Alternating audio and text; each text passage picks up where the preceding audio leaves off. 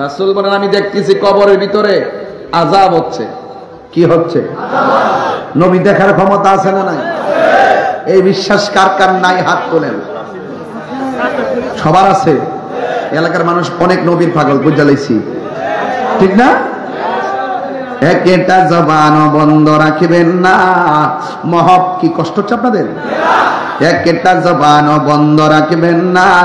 মহব্বতে মায়ার সুরে বলুন সুবহানাল্লাহ। আমার নবী আপনার নবী রহমাতুল লিল আলামিন, তিনি দেখতেছেন কবরে আযাব হচ্ছে। ওই মুহূর্তে সাহাবায়ে কেরামকে আমার নবী বলেন, সাহাবীরা রে, ও সাহাবীরা, খেজুরের ডাল নিয়ে আসো। খেজুরের ডাল নিয়ে আসলেন। আমার নবী দুইটা কবরের ভিতরে দুইটা ডাল লাগাইলেন। লাগানোর পরে আমার নবীকে প্রশ্ন করা হয়, ইয়া রাসূল, আল্লাহু আকবার শুরু হবে, ইয়া রাসূলুল্লাহ, নবী গো, ও মায়ার নবীজি, আপনি কেন ডালগুলো লাগাইলেন? এবার আমার নবী আপনার নবী বলে, সাহাবীরা রে, আমি নবী যাহা জানি তোমরা তা জানো না, আমি নবী যাহা শুনি তোমরা তা শোনো না, আমি নবী যা দেখি গো তোমরা তা দেখো না। আমি নবী যখন গোরস্থানের পাশ দিয়া যাচ্ছি, আমি দেখতেছি দুইটা কবরে আযাব হচ্ছে। আমি এই ডালগুলো কেন লাগাইছি জানো নি? এই ডালগুলো যতদিন পর্যন্ত কাঁচা থাকবে ততদিন পর্যন্ত আমার আল্লাহ রাব্বুল আলামিন কবরের আযাবকে হালকা করে দিবে। তাইলে আমরা দলিল পাইয়া গেলাম, কবরের চারপাশে ডাল যে লাগাই যায় আছে না না। ওয়ায়াতাফাক্কারুনা ফি খালকিস সামাওয়াতি ওয়াল আরদ, আসমান এবং জমিনের মধ্যে যাহা আছে সবকিছু আমার আল্লাহর জিকির করে। এই জন্য যুবক ভাইয়ের আমার, আল্লাহকে নিয়ে গবেষণার দরকার আছে না নাই? এরপরে নবীরে প্রশ্ন করি, ইয়া রাসূল আল্লাহ, নবী গো, ও মায়ার নবীজি, আপনি যে বললেন ডাল জিন্দা থাকলে কবরে আযাব হালকা হবে, আমরা জানতাম চাই এই কবরের মধ্যে কোন কারণে আযাব হইতেছে? আমার নবী বলে, উম্মত উম্মত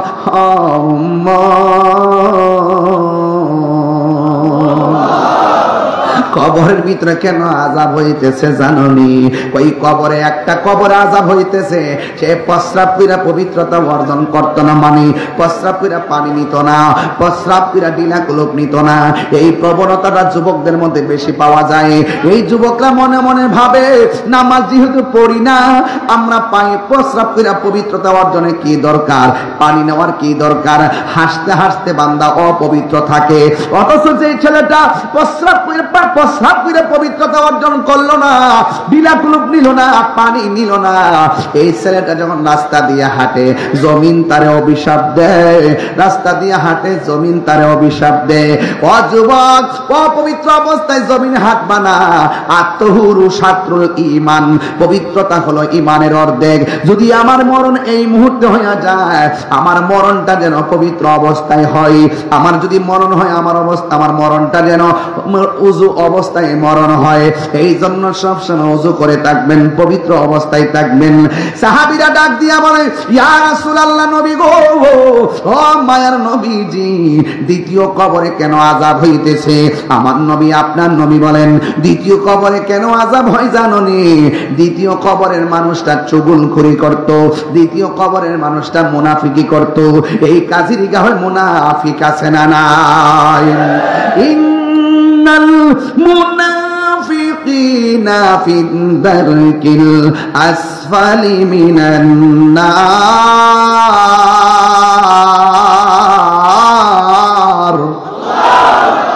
নিশ্চয়ই মুনাফিক যারা করবে এদেরকে আমার আল্লাহ জাহান্নামের সর্বনিম্ন স্তরে রাখবে।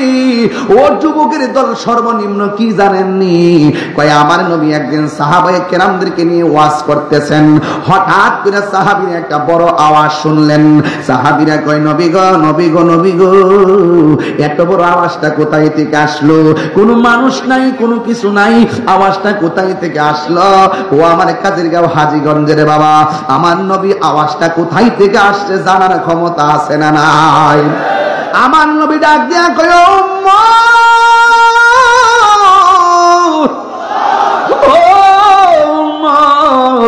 আজ থেকে 70,000 বছর আগে আমার আল্লাহ একটা পাথর ছাড়ছিল জাহান্নামের মুখে।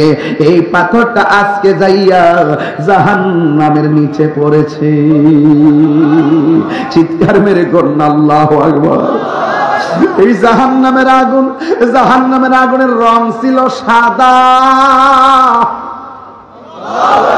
সাদা আগুন জ্বলতে জ্বলতে হয়েছে লাল, লাল আগুন জ্বলতে জ্বলতে কালো। এখনো জাহান্নামের আগুনের রং কালো। ওই কালো আগুনের ভিতরে থাকবে এত গভীরতা। এই গভীরতায় 70,000 বছর যদি একটা পাথরটা দুনিয়ার সমান এত বড় পাথর যদি 70,000 বছর লাগে নিচে যাইতে, তাইলে আমরা কেমনে এত নিচে যাইয়া পড়ে থাকবো? কে আমরা বাঁচাইব? কে আমরা বাঁচাইব? জাহান্নামের আগুন এত কঠিন, 70,000 ফেরেশতা শিকল দিয়া বান্ধাও জাহান্নামের জিহ্বাটা আটকাইতে পারবে না। এই আগুনের জিহ্বা দিয়া বাড়ি মাইরা তোমার জাহান্নামের পেটের মধ্যে ঢুকাইয়া দিব। জাহান্নারে দুনিয়ার চুলার মধ্যে আমরা খেরের কারি দিয়ে আগুন ধরাই, কাঠ গাছ দিয়ে আগুন ধরাই, লাকড়ি দিয়ে আগুন ধরাই। আমার আল্লাহ রাব্বুল আলামিন বলেন, আমি আল্লাহ জাহান্নামের আগুন ধরামো দুইটা জিনিস দিয়া। লাকড়ি দিয়া ধরাইতাম না, খেরের কুটা দিয়া ধরাইতাম না। আমার আল্লাহ বলে আমি দুইটা জিনিস দিয়া জাহান্নামের আগুন ধরামো।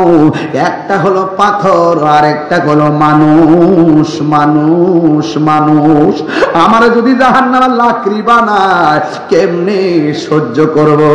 আপনারা যদি জাহান্নামের লাকড়ি বানায় কেমনে আপনি সহ্য করবেন? ও বন্ধুরে, জাহান্নাম বড় কঠিন। এই জাহান্নামের আগুন থেকে বাঁচতে গেলে দুইটা কন্ডিশন আপনার গলার মালা বানাইতে হবে। একটা হলো মা আতাকুমুর রাসূলু ফাখুযুহু ওয়া মা নাহাকুম আনহু ফান্তাহু। ও বান্দা, আল্লাহ যেটা বলছে করো সেটা করতে হলে করতে পারলে জান্নাতে যেতে পারবেন।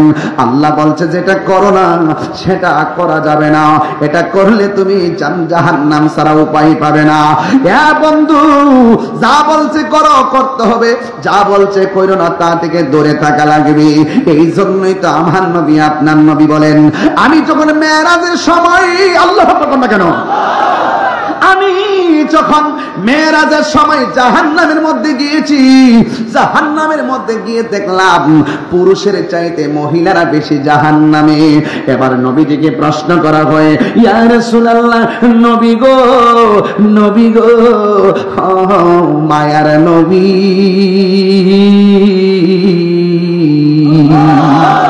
মহিলারা কেন বেশি জাহান্নামী?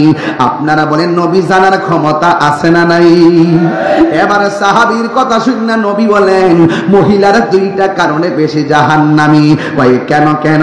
কই এক নম্বর কারণ মহিলারা কৃতজ্ঞতা জ্ঞাপন করে না। দুই নম্বর কারণ তারা মিথ্যা কথা বলে। এই জন্য যুবক তারা বেশি বেশি কসম খায়। দেখবেন মহিলারা বেশি বেশি কসম খায়। আর দুই নম্বর হলো তারা শুকরিয়া আদায় করে না। মহিলাদেরকে আমি সারা দুনিয়া দিলেও তারা বলবে আরো লাগবে। জোরে কোন? প্রত্যেকটা স্টিলে আলমারি সেট দিবেন, আপনি যাই দিয়েন।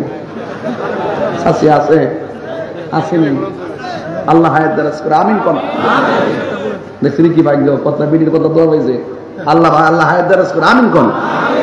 জায়গা দেখবেন সুকেজের ভিতরে 30 বছর আগের শাড়িটাও বাস করে রেখে দিছে। আছে আছে, আপনি কি মাইন্ড করতেছেন? আমরা গরম আছে, 10 বছর শাড়িটা কিনা দিলাম, দাম যতই কইতাম না, বড় সমস্যা আছে। দেখবেন একটা দিন পরছে শাড়িটা, 1000 বার কইল এটা আর পরতো না, আর একটা নতুন লাগবো। শুকরিয়া নাই, কিতা করবেন? ফালাইবেন কো? মিল্লা জিল্লা চলেন। প্রেমের আগুন না না না, আমার যুবক ভাইয়েরা, আমার মনে আছেন না, আমার মুরুব্বি, পানির বোতল থেকে গরমে ওয়াজ করেন জানো।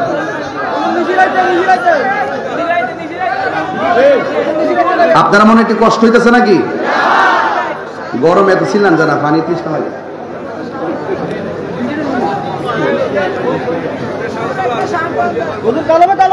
শান কি চলবে ইনশাল্লাহ? তাইলে আওয়াজ করে বলেন, প্রস্রাব করে ঢিলা কলপের দরকার আছে না নাই? আরো জোরে, আরো জোরে। সত্যি ভাই, ওয়াদা ওয়াদা। আজকে থেকে আমরা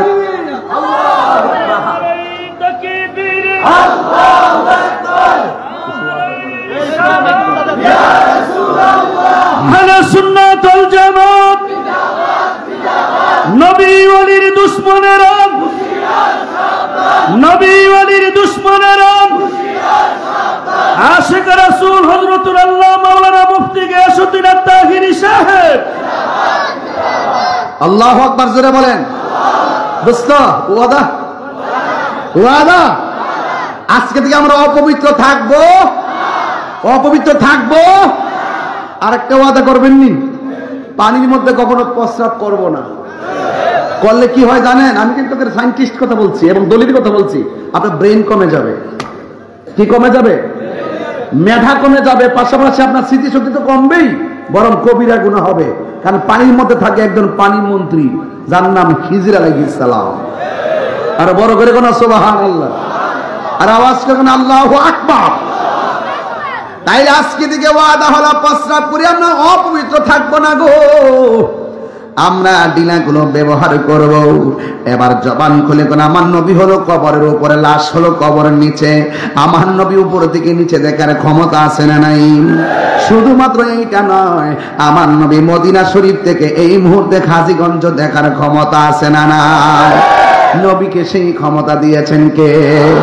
জালালউদ্দিন সুয়ুতি ৭৫ বার দেখল নবীজি।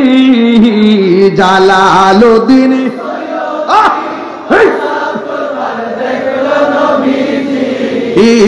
এতবার দেখিয়া নবী, এত জালা তাহার মিটে না।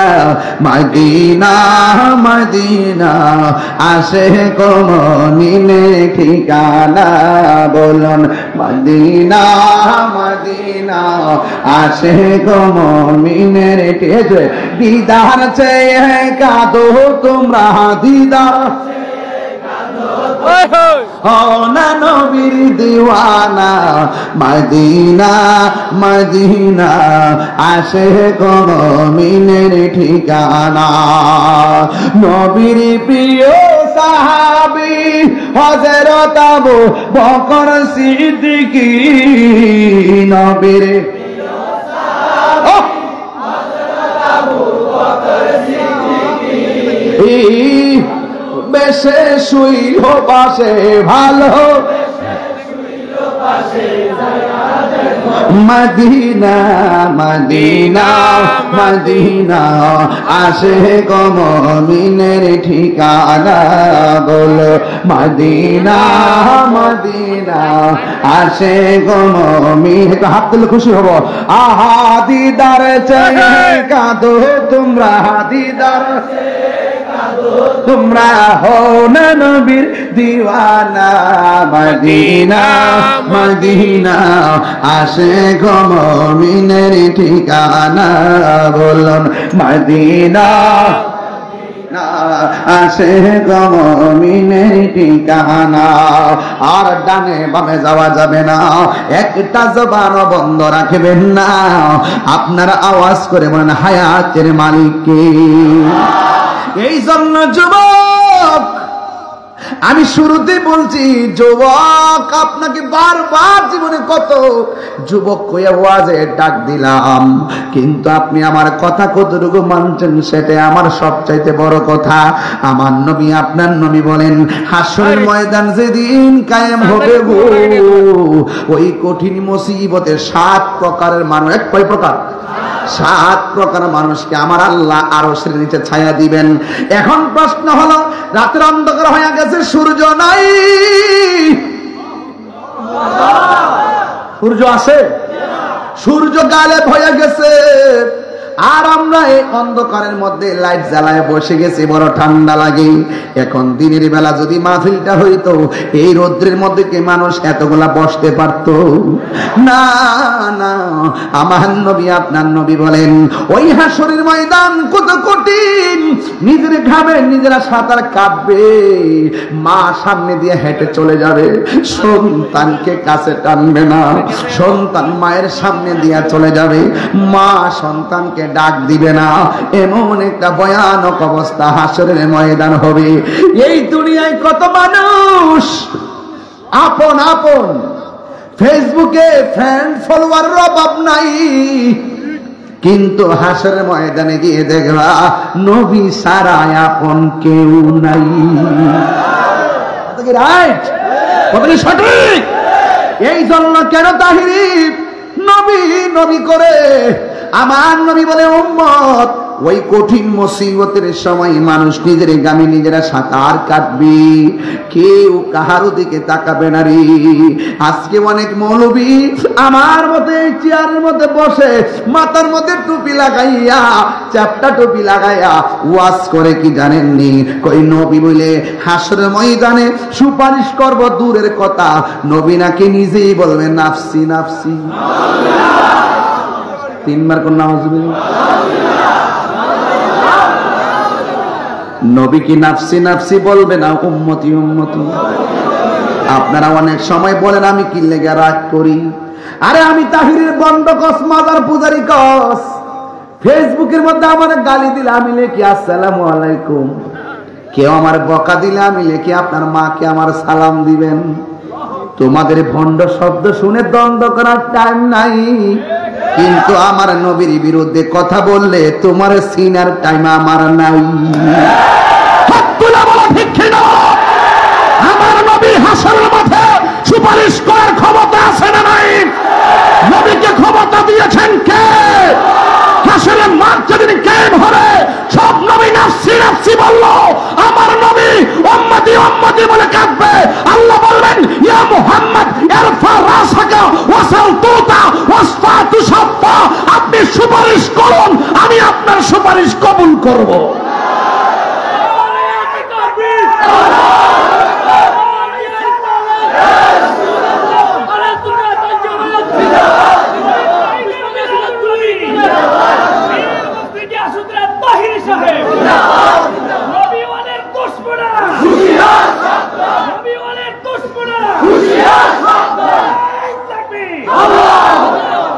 খোদার কসম, শুধু নবী না, শুধু নবী নয়, নবী হলো শাফাআতে কুবরার মালিক।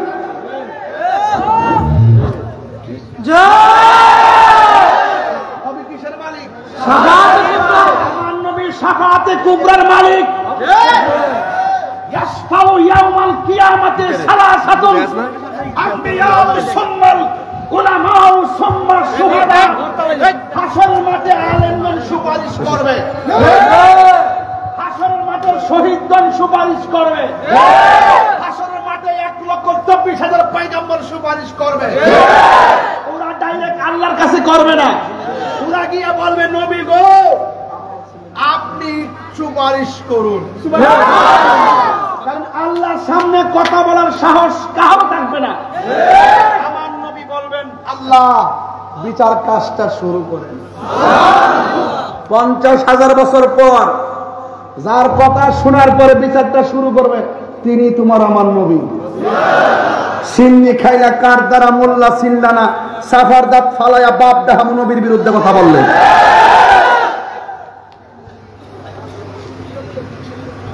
আয় খেলা হাসরের মাঠে হবে, ওই দিন হবে আসলের নকলের খেলা। দুনিয়াতে ডলার খাইয়া কালার ফল দাও, তোমরা দুনিয়াতে চলতেছ দালালির জোরে, আর আমরা সুন্নিরা চলি দলিলের জোরে। হাত তুলে বলো ঠিক কিনা বলো। জীবন দিব কিন্তু ইমান দিব না। তাহিরিকে নতুন করে চিনাইবার কিছু নাই। তাহিরি ইস্তাহিরি। আমার সাথে কাহারও কথা মিলবে না, আমি কাহারও দন্না ধরি না। আমি মনে করি এই পোলাপানগুলো যদি সাথে থাকে হবিগঞ্জে কালকে কিয়ামত করে দিতে পারবো। তবে আমরা মারামারি পছন্দ করি না, কাটাকাটি পছন্দ করি না। তাই বলে আমাদেরকে দুর্বল ভেবো না। আমাদের পা মস্কায় কিন্তু ভাঙ্গে না, মাথায় রেখো। বাবা চেষ্টা করছি না 26 তারিখ কি না করছি আপনারা কোন আপনারা সাক্ষী আছেন তো? এটা কি কল দিছি না মিস কল দিছি? না আবার 28 তারিখ আবার চাঁদপুর আছে না? আমার কোশ্চেন তো আমি তাতে হাসান আলী স্কুল মাঠ 28 তারিখে মহাসমাবেশ আছে চাঁদপুর। আপনারা ইনশাল্লাহ যাবেন কটার থেকে? 3টার থেকে। আল্লাহ যেন কবুল করে, আমিন করুন। বাবা জান আমি একটু রাগ করছি, আপনি কি কষ্ট পাইছেন? আমি যখন দেখি যে আমার নবীর শাফাতকে কে অস্বীকার করে, নবীর শাফাত যারা অস্বীকার করে এগুলা খারিজি, এগুলা কি? এগুলা জাহান্নামের কুত্তা। এগুলা কি? জাহান্নামের কুত্তা। কেমন ঠিক আছে দেওয়ারা? ঠিক আছে নি? অ্যাকশন। আমরা সাইলা ডাল ভাত খামো, মিল্লা জিল্লা চলুন। মাগার কেউ যদি নবীর বিরুদ্ধে কথা কয়ে এই শৈল সাফার দাঁত ফেলাই দিব। এটার নাম ইমান। উমর রাদিয়াল্লাহু তাআলার সামনে বলছে, তার বাবাই বলতেছে, উমর তুমি কার পিছনে ঘুরো? সে তো একটা পাগল। নাউজুবিল্লাহ করেন। উমরকে আব্বা কি কইছে? আমি যার পিছনে ঘুরি তিনি পাগল। একটা কাছে কই না, আমি শুনি না তো। যেই মাত্র কাছে আসে, দেখ না আর ফুসকাটা দেখ, পেটটা লোক তো ধরতে পারবে না। যেই মাত্র বাবা কাছে আইছে, কোষের ভিতর থেকে ওমরের তলোয়ারটা বাইর করে, বাবা যিনি আমার প্রাণ, যিনি আমার ভালোবাসা, যিনি আমার অস্তিত্ব, তাকে আপনি পাগল বলেছেন, এই দুনিয়ায় আপনি থাকার অধিকার নাই। তলোয়ারটা দিয়া বাবার কল্লাটারে খাইটটা ফেলাই দিছে। মান সাব্বা নবিয়্যান ফাকতুলুহু, মান সাব্বা নবিয়্যান ফাকতুলুহু। হাদিসে মুতাওয়াতির, যেই ব্যক্তি আমার নবীকে গালি দিবে তাকে কতল করা ওয়াজিব। কথা বলেন ঠিক কি না বলেন? কোন সাহসটা কত নবীর শাফাতকে অস্বীকার করো। আবার বড় বড় লেকচার দি ইসলামী স্কলার শায়েখে কাজ্জাব।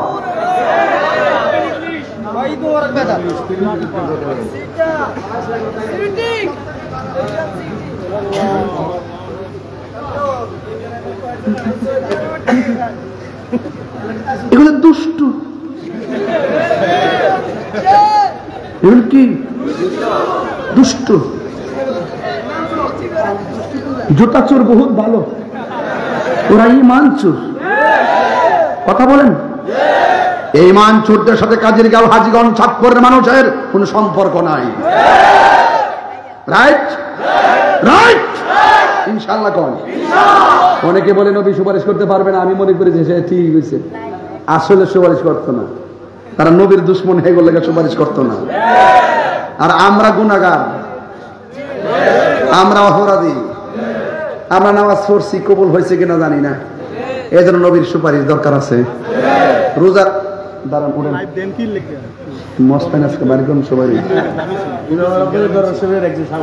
সব চিনি, মর্নিং সুজ দাদা আমার চিনে আমি সব চিনি। তাই রোজার মানে কি নতুন? আমরা যে বয়সে বেশি হয়ে যান না, বেশি হয়েছি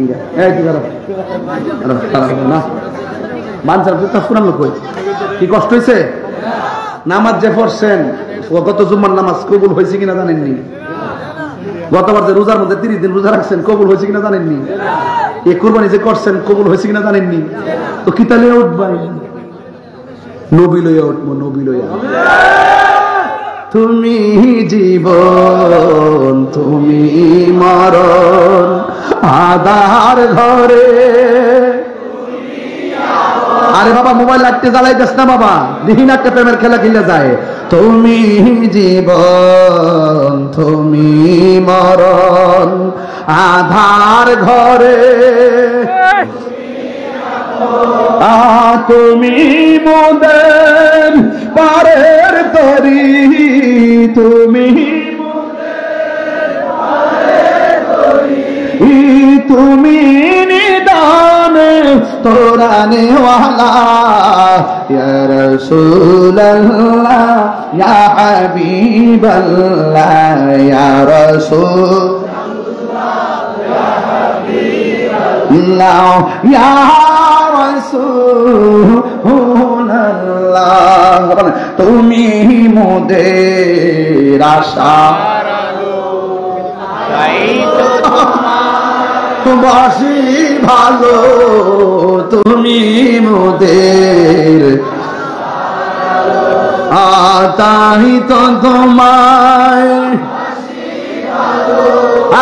হৃদয় নামের ফুলদানিতে হৃদয় নামের গেতে রেখেছি প্রেমের মালা ইয়া রাসূলুল্লাহ হাবিবাল্লাহ ইয়া রাসূলুল্লাহ ইয়া হাবিবাল্লাহ ইয়া রাসূলুল্লাহ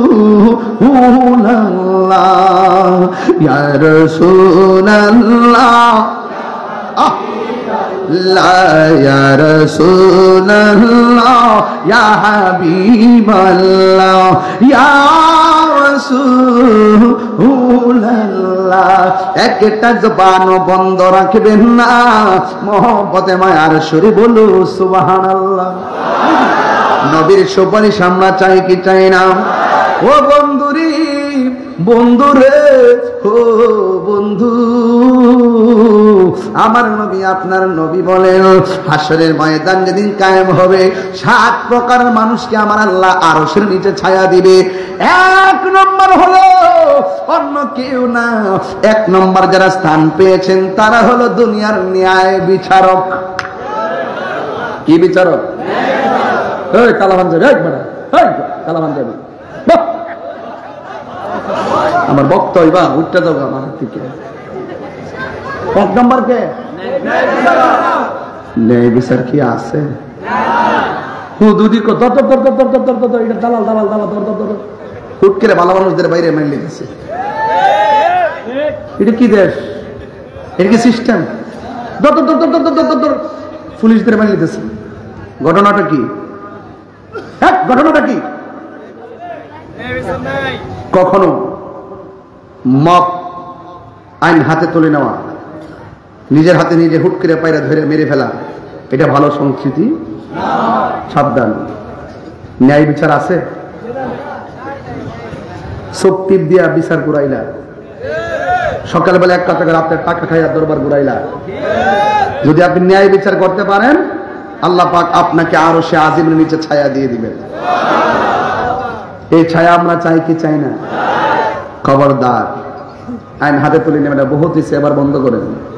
এবার সবার লইয়া ডাক্কা বন বয়া সুন্দর করে কন দেশটা সবার, আইন সবাই মিল্লা সাজাই। আপনার কি আছে আমার কি আছে সব নিয়ে বসেন, বৈশা একসাথে বৈশা পরামর্শ কইরা সুন্দর করে দেশটাকে সাজান, শান্তিটা ফিরে আনেন। এইভাবে চলতে থাকলে আজকে হয়তো আপনার 10 দিন পরে আবার আরেকজনের হইতে পারে। হ্যাঁ কয়েক আগে কিন্তু, হ্যাঁ কয়েক আগে কিন্তু মানজাদ্দা কামা তাদিন উদান, যেমন কর্ম তেমন ফল। খবরদার খবরদার। 2 নম্বর কে জানেন? হাসরের মাঠে 2 নম্বর যার স্থানটা আরো সে নিচে থাকবে সে হলো দানশীল ব্যক্তি। কেউ কেটে কেটে দান করছেন হাত তুলে নাকি দেখি আজকে? ওই দিন কতগুলো মানুষ দান করছে, দান করে ওয়াজ শুনতেছে, বাড়িতে ঘুমাই থাকবো, 10 বছর পরে দানের কথা ভুললেও যাইব, কিন্তু আল্লাহ পাক হাসরের মাঠে এই 10 টাকা টাকাটারে আল্লাহ পাক কোটি গুণ নেকি বানাইয়া মিজানের পাল্লায় টান দিয়ে দিব। দান করলে লাভ না লস? 10 টাকা হোক দান করবেন, দানের অভ্যাস রাখবেন, দান করলে ধন কমে না বাড়ে। 3 নম্বর হলো যৌবনে যার ইবাদত বেশি। এই ওয়াজটা মাঝখানটা করে গেছি, আপনি বুড়া কালে যায় দেখবেন রুকু ঠিক মতো করতে পারতেন না, সেজদা ঠিক মতো করতে পারতেন না, যৌবন কালে যে ইবাদতটা মহব্বতে করছেন দেখবেন এই ইবাদতটা দেখবেন হাসরের মাঠে আপনাকে অনেক দূর পর্যন্ত পৌঁছাইয়া দিবে। ঠিক কিনা বলেন? আর 4 নম্বর হইল কি জানেন? যেই লোকটা জিকির শুনলে পাগল হয়ে যায়। আমরা সুন্নিরা জিকির শুনলে ভাল লাগেনি? মাশাআল্লাহ, জিকির শুনলে ভাল লাগেনি? কথা কেন লাগেনি? লাগে।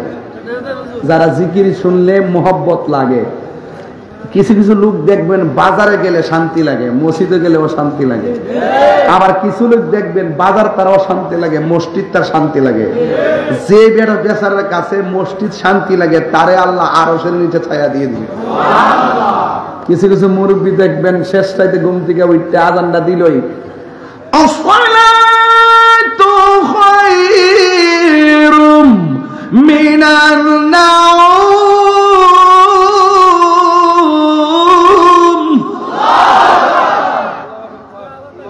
মুরব্বী জিগা কই জানা হন, কই মসজিদও জায়গা আরো তো আধা ঘন্টা সময় আছে। ঘরে বইয়া থাকলে লাভ হয়, মসজিদে বইয়া থাকলেও লাভ আছে। রাসূল বলেন এইরকম মসজিদ পাগল মানুষটি লাগিয়া আল্লাহ পাক আরশের নিচে ছায়া দিয়ে দিবে। ওখান থেকে কি মসজিদে যায় গরির দিকে চাইবেন? রুকুত যাওয়ার পরে মোবাইলটা ফোরে রেখে রুকুত যায়, এর আগ পর্যন্ত সূরা কেরাত কিচ্ছু শুনে না। তারাবি নামাজের পড়ার সময় তালি মোবাইল টিপে, রুকুত গেলে হুট করে রুকুত যায়। এইগুলা কইরেন না বাজান, ধরা খেয়ে যাবেন তো। আর একটা কইতাম নি, আর একটা হইলো ভাত না খায়া থাকতে, কিন্তু এক ওয়াক্ত নামাজ ছুটতে গেলে অশান্তি শুরু হয়। কিছু কিছু মুরব্বী দেখবেন বিলের ফার তাহে কোমর থেকে গামছাটা খুললা বিলের ফারই নামাজটা ফিরালা। গরুর ঘাস কাটতে কাটতে বিলে থাকতে থাকতে চেহারাটা কালো হয়ে গেছে। এই লোকটা দেখবেন মারা যাওয়ার পরে দেখবেন চেহারাটা নূরে জলমল করতেছে। আর বড় করে কোন সুবহানাল্লাহ।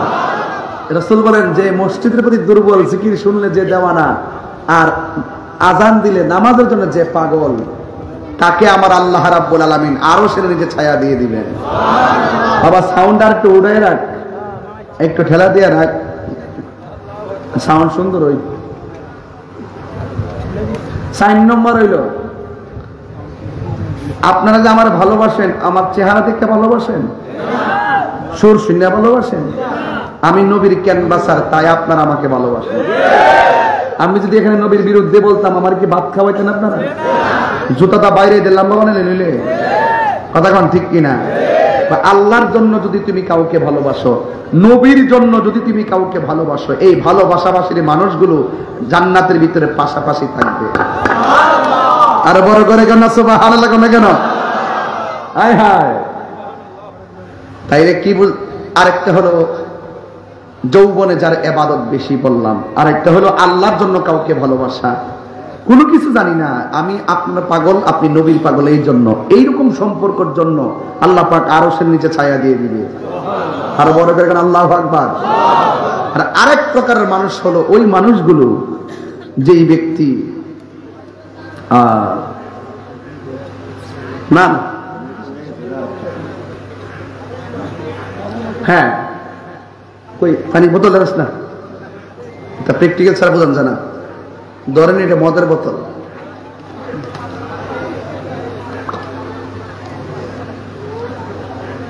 ঘরে দরজা লাগাইলই, দরজাটা লাগাইছে, জানালা লাগাইছে, রাত্রেবেলা বাজে 1টা, মদ চাইলে খাইব, মুখটা দিব, এই মুহূর্তে কেউ তো আমার দেখে না, আল্লাহ তো দেখতেছে। হুট করে মদের বোতলটা ইডা মারে ফালাই দিয়া আমি খাইতাম না। রাসূল বলতেছেন আল্লাহর ডরে যারা গুনার কাজ ছায়া দেয় তাদেরকে আমার আল্লাহ আরশের নিচে ছায়া দিয়ে দিবে।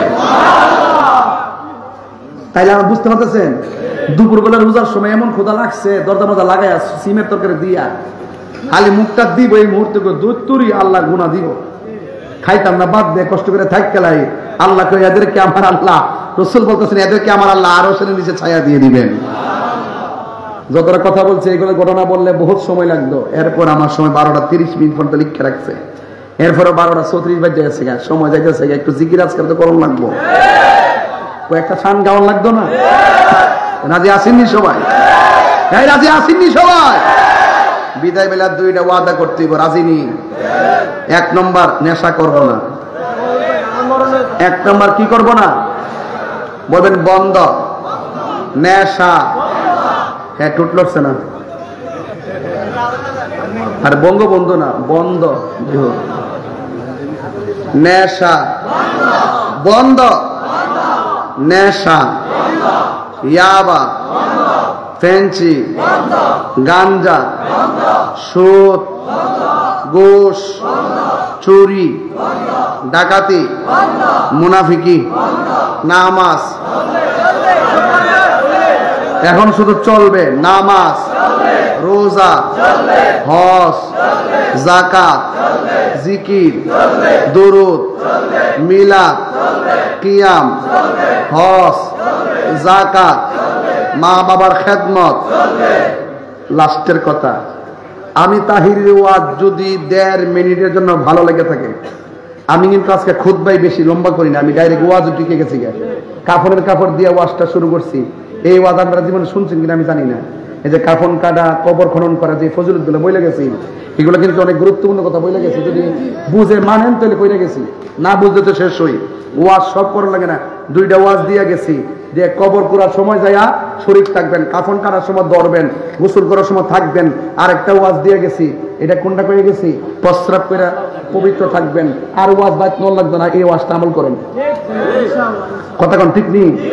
এখন আমার একটা কথা, আমি তাহিরের ওয়াজ যদি 1.5 মিনিটের জন্য ভালো লাগে থাকে, আজকে থেকে ওয়াদা করেন আমরা কোনোদিন মা বাবার মনে কষ্ট দেব না। রাজি আছেননি? যে কোনো মুহূর্তে আমার মরণ আসতে পারে কিনা? আর এবার যে কুরবানির গোশত খাইছেন, বহুত মানুষ দেখছি চেহারা মলিন। যে গেলাম কারণ কি? হুজুর গরু টরু কিনছি, গোশত কিনছি, গতবার মা ছিল, এবার মা কবরে চলে গেছে। খাউন সবই আছে, জামা কাপড় সবই আছে, মা নাই। আজকে আমি একটা স্ট্যাটাস দিছি, দেখেন বাবা দিবসে একটা স্ট্যাটাস দিয়েছি, আপনি ছায়া দেখেন কি লিখছি। আপনার দেখেন, আমি সব খেয়াল করি। বাবা দিবসে একটা স্ট্যাটাস দিছি, একটি সংসারের জন্য বাবা হলো বট গাছের মতো। বাবা না থাকার শূন্যতা কোনো কিছু দিয়ে পূর্ণ করা যায় না। শত শাসনের পেছনে সন্তানের জন্য অনাবিল ভালোবাসার নাম শুধুমাত্রই বাবা। হে আল্লাহ, আপনি পৃথিবীর সকল মা বাবাকে পরপারে ভালো রাখুন, আমিন। এই লেখাটা কি আপনাদের জন্য কল্যাণ নয়? আল্লাহ যেন পৃথিবীর সকল মা বাবাকে সুস্থ রাখে, সকল মা বাবাকে জান্নাতবাসী করে, আমিন কর। আরো বড় করে আমিন।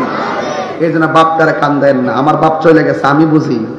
যার বাপ চলে যায় সে বুঝে বাপ কি জিনিস, যার মা চলে যায় সে বুঝে মা কি জিনিস। থাকা অবস্থায় মা বাপরে চিনেন, ইনশাল্লাহ কন্যা গেলে গেল। কারণ যে কোনো মুহূর্তে মা বাবা আমাদেরকে ছেড়ে চলে যেতে পারে, অথবা আমরা আমাদের মা বাবাকে ছেড়ে চলে যেতে পারি। আমার সাথে সবাই বলেন, কইতামনি? আমার মরণে কত দিন বাকি আমি জানিলাম না গো আল্লাহ।